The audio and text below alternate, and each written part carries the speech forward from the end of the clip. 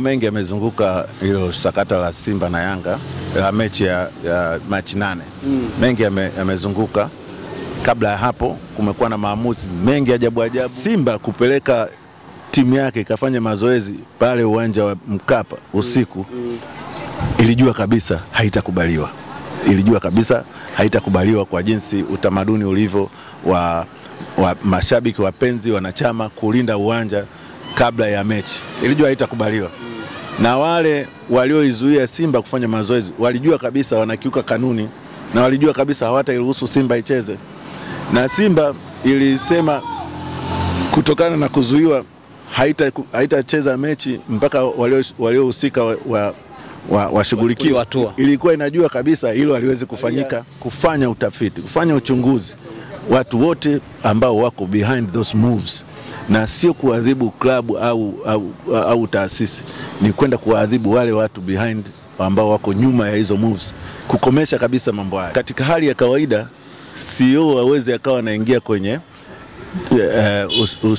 utendaji wa daily activities za kamati, au mwenyekiti wa bodi ya ligi ambaye ni Mguto hawezi tena akawa anaingia kwenye kufanya maamuzi ya kamati ambazo zimeundwa na bodi ya ligi yenyewe. Mwenyekiti ukishaingia pale, sasa kamati ikiwa inakosea au haifanyi vizuri, nani ataielekeza? Tayari wewe umeshaingia, umemesi. Nani tena atakuja kuambia umemesi? Bwana, karibu sana. Hii ni Like Media ambayo inakupa nafasi ya kuweza kufahamu mambo mbalimbali ya kimichezo. Inawezekana ukawa unajiuliza niko sehemu gani hapa. Bwana, hapa ni dimba la KMC ambapo nimebahatika kukutana na katibu wa zamani wa TFF, Angetile Osea. Nimekutana naye. Moja kati ya vitu ambavyo nimetamani kumuuliza na kuweza kufahamu kutoka kwake ni namna ambavyo mambo yanaendelea sasa hivi. Tutakuwa nakumbuka kuhusiana na dabi ya Kariakoo ambayo haikufanyika. Kwa upande wangu nijaribu kuzungumza naye hasa kwa njia ya simu, tukaongea naye, lakini nikaona kuna haja ya kuweza kuonana naye, kuweza kuzungumza naye, na akanipa nafasi ya kuonana naye, na nipo hapa KMC viwanja hivi ambavyo nakuja kuzungumza naye, na kikubwa zaidi nizungumza naye kuhusiana na mambo mengi sana ambayo kuna baadhi ya watu walikuwa wanauliza kuhusiana na masuala jinsi ambavyo maendelea. Yeye kama katibu wa zamani wa TFF atakuwa anafahamu mambo mengi sana na jinsi ambavyo yanaenda mpaka sasa. Ushauri wake pia ni jambo la msingi sana, ni namna ambavyo yanaenda. Mheshimiwa, habari ya sasa hivi? Nzuri tu, nzuri. Habari ya majukumu? Nashukuru Mungu, Mungu anasaidia. Nakushukuru kwa nafasi ambayo umenipa angalau tuzungumze kidogo kuhusiana na mambo ambayo yanaendelea. Angetile Osea, nakumbuka kipindi chako ukiwa katibu mkuu wa TFF hakukuwa na bodi ya ligi, na mfumo mlikuwa mnauendesha kwa namna gani? Mfumo ni kwamba bodi ya ligi sio kwamba haikuwepo. Baada ya azimio la mwaka 2007 kule Bagamoyo, linaitwa azimio la Bagamoyo, ndio liliamua kutenganisha kati ya shughuli za mashindano ama shughuli za ready-made players na shughuli za maendeleo. Kwa maana kwamba klabu za Premier League, First Division wakati huo na Second Division ni klabu ambazo zina wachezaji ambao ni complete players. Kwa hiyo kama shirikisho haliwezi kudili na vitu ambavyo huviendelezi, kwa sababu hawa ni tayari ni players ambao ni developed, wako tayari kwa mashindano, wanashindana. Kwa hiyo ili shirikisho lijikite zaidi kwenye maendeleo, tukasema kwamba basi vitenganishwe mashindano kwa maana ya Premier League na development projects, programs. Maona. Kwa hiyo pale ndio tukasema tuunde bodi tuunde ligi ambayo itajiendesha yenyewe, TFF isihusike.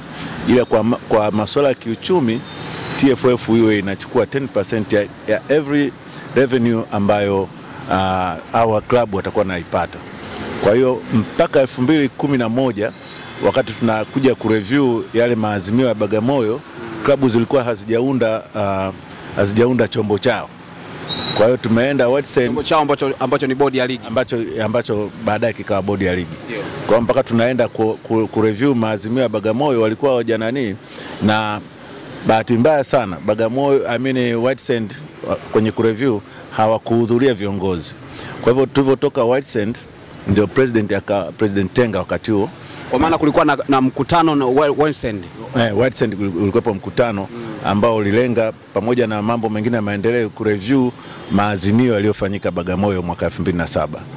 Kwa hiyo baada ya viongozi pia kutohudhuria Whitesand, President Lord Gatenga akaita viongozi wa klabu zote za Premier League.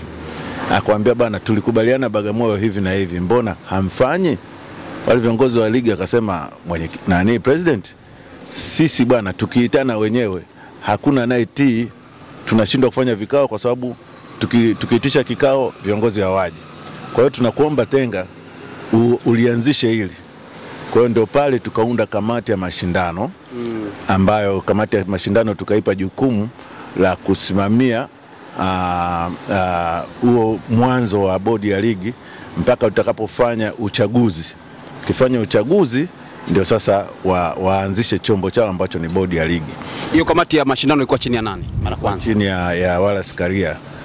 Wakati huo alikuwa anatoka Mtibwa nadhani, kwa sababu kwa wakati huo Coastal ilikuwa imeshuka na yeye alikuwa Coastal akahamia Mtibwa, unajua ku maintain status. Kwa hiyo akawa yuko Mtibwa ndo akaingia kule through Mtibwa. Kwa hiyo tulipofanya uchaguzi ndio bodi ya ligi ikaundwa kwa mara ya kwanza. Lakini kabla ya bodi ya ligi kuundwa tulikuwa tuna vikao vingi sana vya kutengeneza kanuni au governing regulations za hiki chombo kitafanyaje kazi na hiki chombo kitapataje mapato na kitakuwa na uhusiano gani na shirikisho. Kwa hiyo tukatengeneza governing regulations zile ambazo tukawapa baada ya kuanzisha bodi ya ligi. Kwa hiyo wakajitenga, wakaondoka pale ofisi za Karume wakaenda kuanzisha ofisi zao kule. Umeona? Kwa hiyo hilo ndio lilikuwa msingi mkubwa wa kuanzisha bodi ya ligi. Lakini kwa maana ya kamati ya mashindano, bodi ya ligi ilianza kama kamati ya mashindano ambayo ilikuwa na representation, uwakilishi wa klabu nyingi. Kwa maana tulichotaka ni kwamba wakijiongoza ni lazima wawe na uwakilishi wa clubs kwenye vyombo vya kufanya maamuzi, ili wabanane wenyewe, wasianze kutegemea TFF kwamba ni chombo kiko juu tu hakina mtu. Lazima wabanane wenyewe kwamba bana, wewe umeamua hivi, huyu unajipendelea, hii haiwezekani, hii lazima kila mtu apate sawa na mwenzake. Ndio tuliunda kwa msingi huo. Wakati mnaiunda kamati ya mashindano, lakini pale TFF mpaka dakika hii kuna kamati ya mashindano, bila shaka hii yenyewe inashughulika nini na utofauti wake ni nini na bodi ya ligi na kamati ya mashindano? Kwa sababu TFF sasa ilitakiwa ibakie na shughuli ambazo ni za maendeleo, na shughuli za maendeleo ni pamoja na kwa definition ya mpira wa miguu ni soka la vijana, soka la watoto, soka la wanawake. Na kwa sababu TFF timu za taifa, of course, na timu za taifa. Kwa hiyo hii kamati ya mashindano, kwa sababu TFF jukumu lake ni kutengeneza forum ya timu kushindana, kwa hiyo lazima iwe na kamati ya mashindano. Na kwa maana ya ile kamati ya mashindano tuliyoiunda wakati ule, tulikuwa tunasema hii kamati kazi yake itakuwa ni kukutana kila baada ya round, kuidhinisha maamuzi yote yaliyokwisha fanyika. Kwa maana mtu ameonyeshwa straight card, ameonyeshwa yellow card 2, ameonyeshwa nini. Kwa hiyo wenyewe wanaidhinisha, alafu zinaingia kwenye data bank ya TFF. Kwamba wana mtu asije akasema yule mchezaji ana kadi 3, TFF akirudi kwenye data bank yao wanasema hapana, kwa mujibu wa data zilizoingizwa rasmi kwenye data bank yetu huyu ana kadi 2. Kwa hiyo ni hiyo, na kwa yale maamuzi ambayo tuseme ni straight red card ambayo unakosa mechi 2, ile kamati ni kwa na uwezo wa kuongeza adhabu nyingine, au mtu umepigana au umefanya nini wakaongeza labda mechi ya 3. Umeona? Kwa hiyo ndio ilikuwa kazi kubwa ile kamati. Lakini kwa sababu ya teknolojia imekwenda juu, hata matukio yale ya ambayo yamefanyika wakati mchezo umesimama, mtu kampiga mwenzake kofi, kampiga mwenzake teke, ambayo yamenaswa na kamera na yalistahili yafanywe uamuzi na refa, lakini refa hakuyaona, basi kamati ya mashindano inaweza kuyafanyia maamuzi, lakini sio kuanzisha shauri jipya, kwa sababu kamati ya mashindano basically ni 90 minutes. Umezungumzia kwamba sababu ya kuanzishwa kwa bodi ya ligi ilikuwa ni kuifanya jitegemee na TFF iachie bodi ya ligi iwe huru. Una uhakika kwamba sasa hivi inajitegemea na inajiongoza yenyewe au inaingilia kwenye maamuzi yake kama bodi ya ligi? Sasa hivi bodi ya ligi imekuwa kama kamati ya mashindano ambayo ilikuwepo zamani. kwa sababu kamati ya mashindano ile ilikuwa inafanya kazi. Kamati yoyote ya TFF inafanya kazi kwa niaba ya kamati ya utendaji. Umeona? Na kwa nini nasema ni kama kamati ya mashindano tu? Ni kwa sababu chairman wa bodi ya ligi ndiye chairman wa kamati ya usimamizi na uendeshaji wa ligi kuu. Chief Executive Officer kwa maana Almasi Kasongo wa bodi ya ligi ndio katibu wa kamati ya uendeshaji wa ligi. So ukishakuwa na watu hao top officials wako kwenye kamati ambazo zinashughulikia shughuli za kila siku za ligi, then una mtu juu ambaye atakuwa na maamuzi zaidi ya kamati ya mashindano, kwa sababu tayari mwenyekiti amehusika. Akikosea, unazungumzia mfano Steven Mguto ambaye ni makamu wa pili wa rais wa TFF, manaka ana nguvu kwenye TFF, lakini pia bodi ya ligi yupo. Na Almasi Kasongo amesema pia na nafasi mgani? Yani ikoje hiyo? Katibu wa kamati ya usimamizi na uendeshaji wa ligi kuu ndani ya TFF, yani ndani ya bodi ya ligi. Yani sasa si ndio CEO wa bodi ya ligi au kuna tofauti?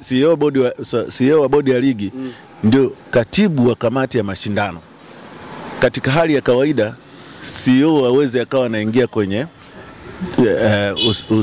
utendaji wa daily activities za kamati, au mwenyekiti wa bodi ya ligi ambaye ni Mguto hawezi tena akawa anaingia kwenye kufanya maamuzi ya kamati ambazo zimeundwa na bodi ya ligi yenyewe. Mwenyekiti ukishaingia pale, sasa kamati ikiwa inakosea au haifanyi vizuri, nani ataielekeza? Tayari wewe umeshaingia, umemesi. Nani tena atakuja kuambia umemesi? Atakaye kuambia umemesi katika mazingira hayo ni TFF. Kwa maana hiyo bodi ya ligi haiwezi kusema iko huru wakati bado inaweza ikaadhibiwa na TFF. Kwa hiyo sasa hebu tusaidie muundo sahihi ambao umeuzungumzia hapa, kwa sababu wewe miongoni mwa watu ambao wamehusika kwenye kuunda bodi ya ligi, wewe ni mmoja wapo na mlikuwa mna picha yenu. Pengine hiyo picha imechepushwa kidogo. Mfumo sahihi ulikuwa unatakiwa uweje? Kwanza kabisa ndio kama hivyo kwamba chairman wa bodi ya ligi is a very ni mtu mkubwa mno ambaye hawezi akashiriki kwenye vikao hivi vya kila wiki vya kuangalia sio kadi nyekundu.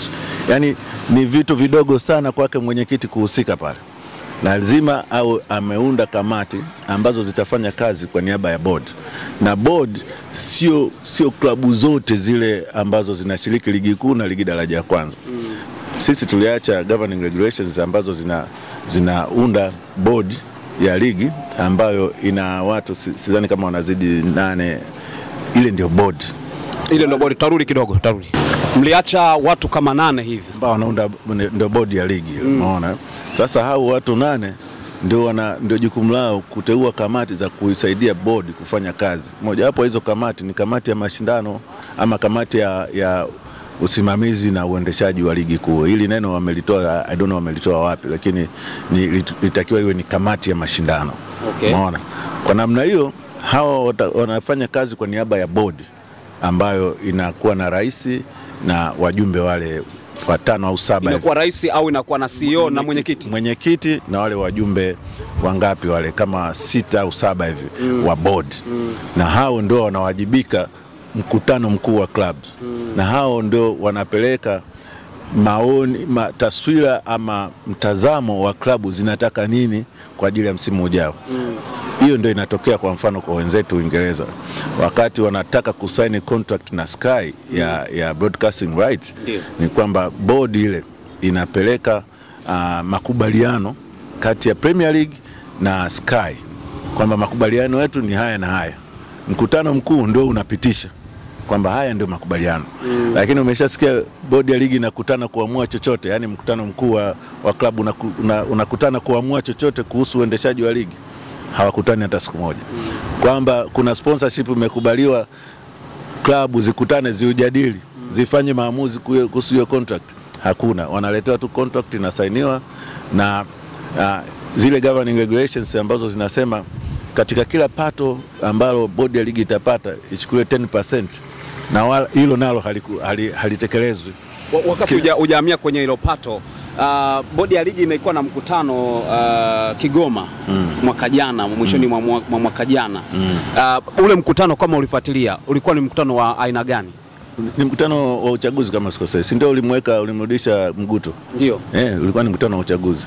Lakini sio mkutano wa kufanya decisions kubwa za ligi. Za kimkataba. Za ligi kwamba tumekubaliana kanuni hizi zinakuja. Board, mkutano mkuu wa klabu unapitisha. Then ndio zinaenda kwenye kamati ya utendaji ya shirikisho, kwa maana shirikisho ndio lenye mpira.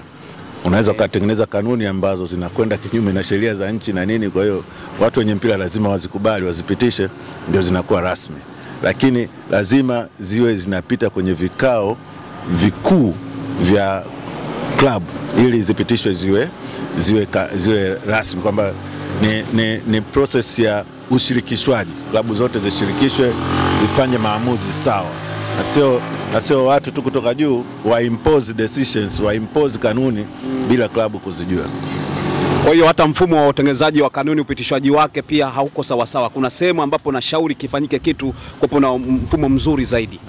Kwa mfano kama niliandika kwenye article yangu wakati CEO amesema anakaribisha maoni kuhusu kanuni mpya, nikasema normally kanuni unapotengeneza kanuni tayari unakuwa una vitu ambavyo vilionekana mwaka mzima na nyinyi mmeviona kwamba hivi vinafaa kurekebishwa.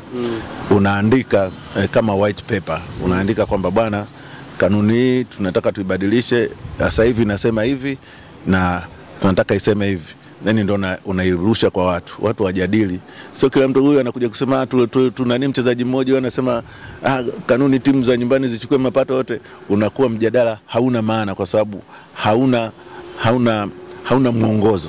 Lazima kuwe na mwongozo, then mnaenda kwenye mkutano mkuu mnapitisha, then inapelekwa kwa kamati ya utendaji ndio ipitishe. Hiyo sio nzuri, kwa sababu naamini ushirikishwaji wa watu nakuwa ni wengi. Mfano waandishi wa habari, sisi tulihusika kupeleka maoni yetu ambayo kwa kiwango fulani alifanywa kazi. Uone kama yanaleta maana na afya ya mpira, kwa sababu watu wengi wanashiriki kutoa mawazo tofauti, baadaye wanaenda kuyaunganisha na kuletea ufafanuzi. Of course unaweza mjadala ukawa open, lakini kwenye final stages lazima tupate kwamba haya na haya ndio yaliyojadiliwa na tunaona tufanye marekebisho, wanaenda kwenye mkutano mkuu kabla ya kumalizika. Lazima same fani kwenye final stages, lazima klabu zihusike, kwa sababu zenyewe ndio zenye mpira, zenyewe ndio zenye ligi.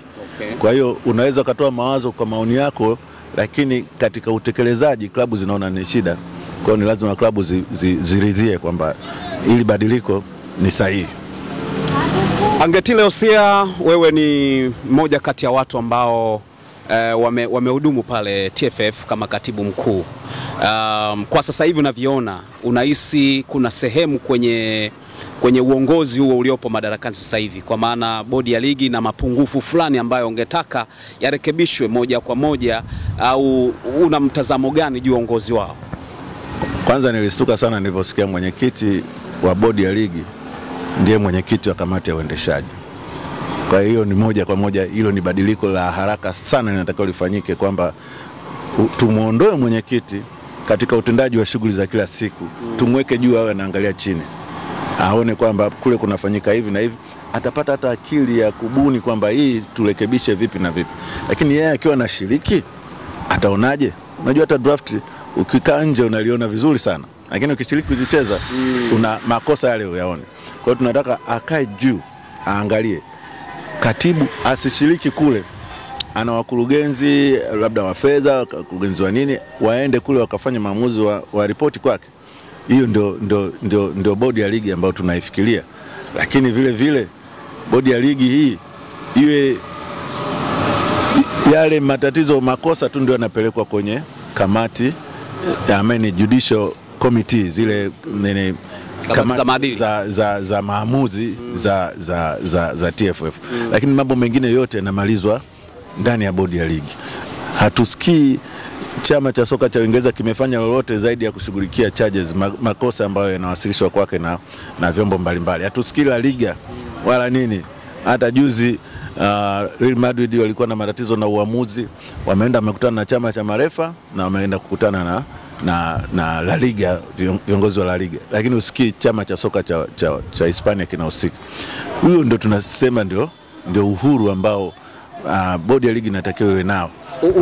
Hapo maoni yako ni yapi? Manake hizi kamati zirudi ndani ya bodi ya ligi zenyewe ndio zisimamiwe na zisitoke TFF.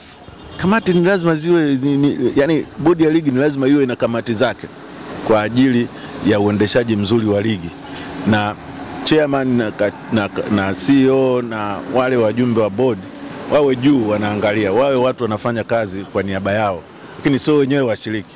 Maana sasa TFF utakuwa na kazi gani hapo katibu?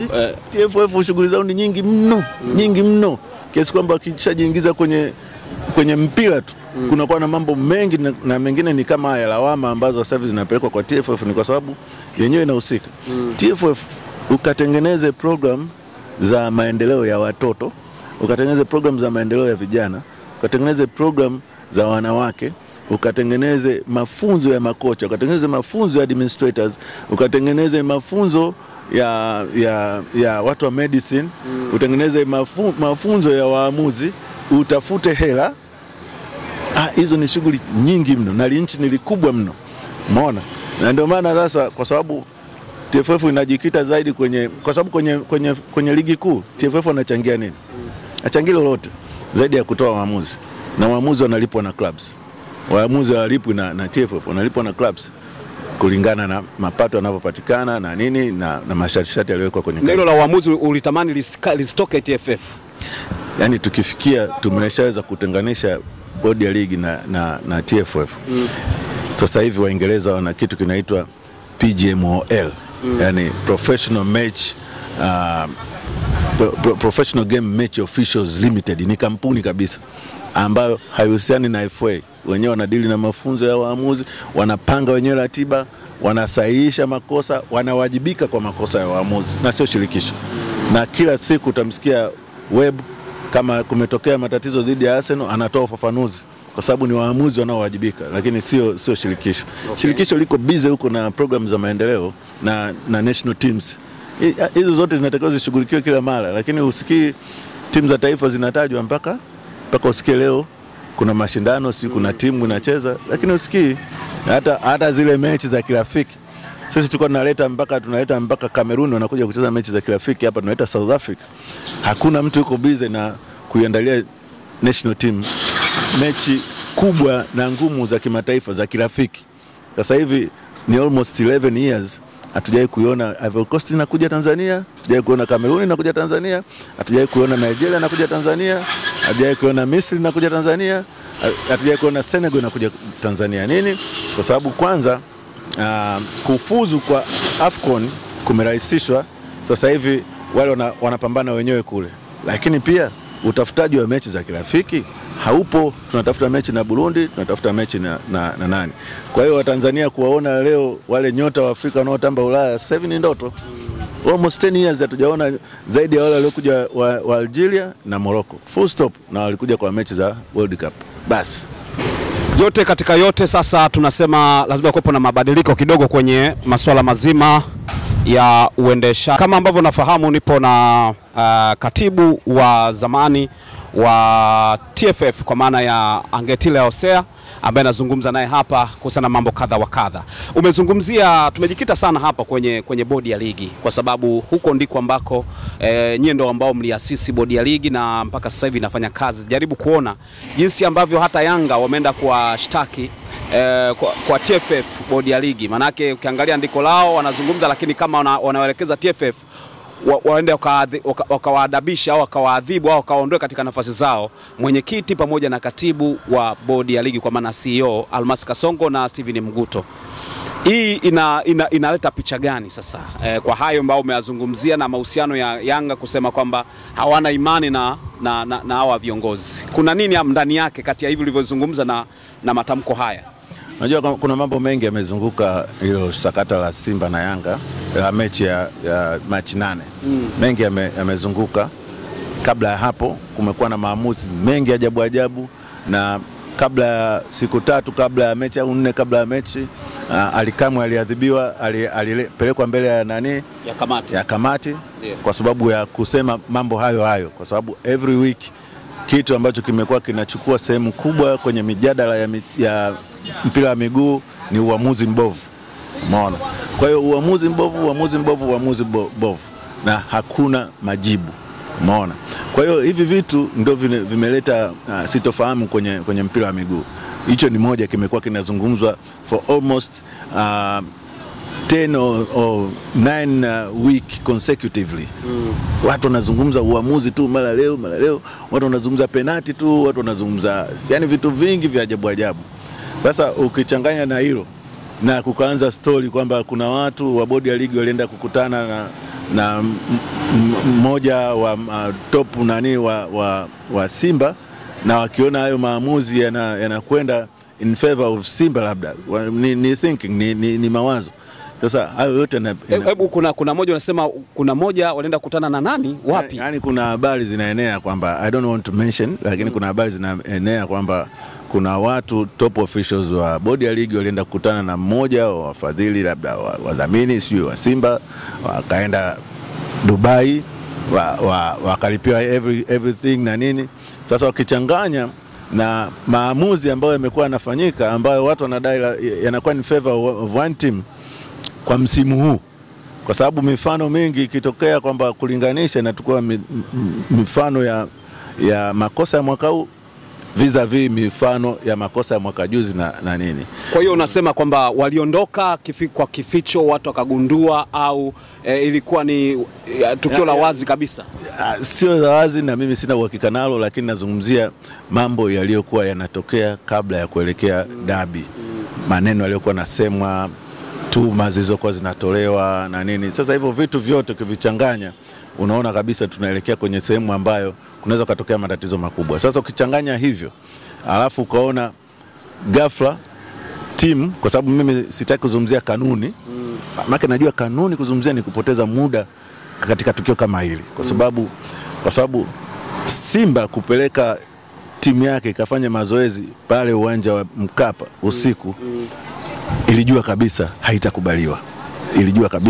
haitakubaliwa kwa jinsi utamaduni ulivyo wa mashabiki, wapenzi, wanachama kulinda uwanja kabla ya mechi. Ilijua haitakubaliwa. Na wale walioizuia Simba kufanya mazoezi walijua kabisa wanakiuka kanuni, na walijua kabisa hawatairuhusu Simba icheze.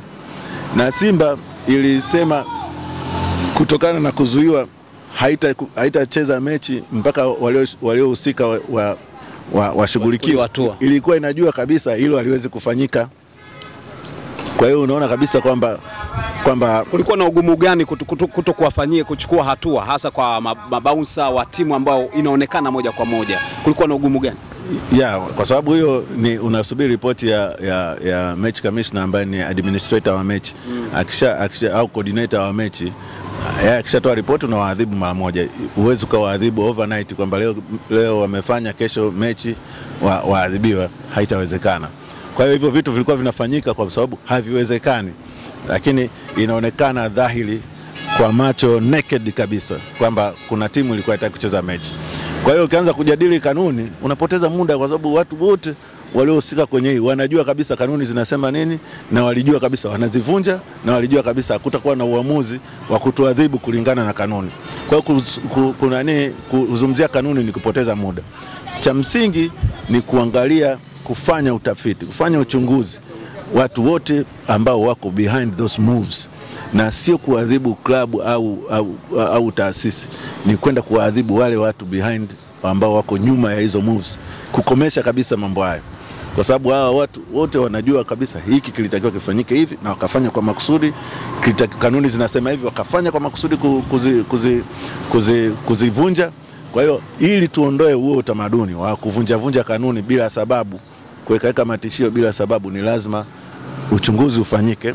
Wale wote walio nyuma ya hayo matukio waadhibiwe, tena wapewe adhabu kali, ili mpira ujue kwamba sasa hivi uwezo kufanya makosa. Tunaenda kuadhibu akina Katabazi, tunafungia maisha kwa makosa ambayo ya kuhoji tu uchaguzi ulifanyikaje. Lakini watu wanaovuruga mpira tunawaacha, hata kuadhibu kidogo hatuadhibu. Hao kana Katabazi wako kwenye grassroots huko, ambao wanaweza wakasaidia kujenga mpira huko chini. Wakina Shafi Dauda wanaoshughulika na utoaji wa vipaji kwenda nje, ndio unawafungia, unaweka maadhabu makubwa, miaka 2, miaka 5. Lakini watu wanaovuruga mpira wa nchi, kwa maana katika level ya mashindano, unawaacha, unawalemba, nani, hatuwezi tukaendelea hivyo. Ni lazima tufikie wakati tuseme sasa tunachukua hatua, na hii hatua ni fundisho kwa wengine, kama vile mawakili wanavyoomba kwamba toa adhabu kali ili iwe fundisho kwa wengine. Hii kauli ya tuseme maadhimio ya Yanga ambayo wameyatoa ili waondolewe Almas Kasongo na mwenyekiti Steven Mguto, hii umezungumzia kwamba imetoka mbali sana mpaka kufikia hapo. Ina maana kwa Simba nao hawana manunguniko kama ambavyo Yanga wanayo? Simba watakuwa nayo, lakini Simba wametengeneza tukio, na hilo tukio baada ya kutengenezwa wana act matokeo ya hilo tukio kwa sasa hivi. Hawana hoja nyingine zaidi ya hiyo. Lakini Yanga wana hoja kama hizo, kwa sababu mpaka Alikama wanafungiwa ilikuwa ni mambo mengi yalikuwa yanatokea kabla. Na ndio maana Alikama akalazimika akazungumza, kwa sababu alikuwa amezidi, na alikuwa anarifaa mijadala ya kwenye radio kuhusu uamuzi mbovu ambao umepachikwa jina la makosa ya kibinadamu. So far Simba alikuwa hana hoja tofauti na hiyo. Yeye alikuwa wakilaumu na Simba katika matukio yote officially kama viongozi wamekuwa kimya sana, lakini watu wao ndio wanazungumza kwamba hapa kuna hivi, lakini Simba wenyewe kama viongozi hawajawahi kutoa tamko lolote la ajabu zaidi ya kauli ambazo anatoa Ahmed Ally, ambazo myself huwa sizichukulii seriously. Sasa kiutaratibu ilivyo, manake je, walikuwa na uhalali wa kutoa posti ile manake ambao walipost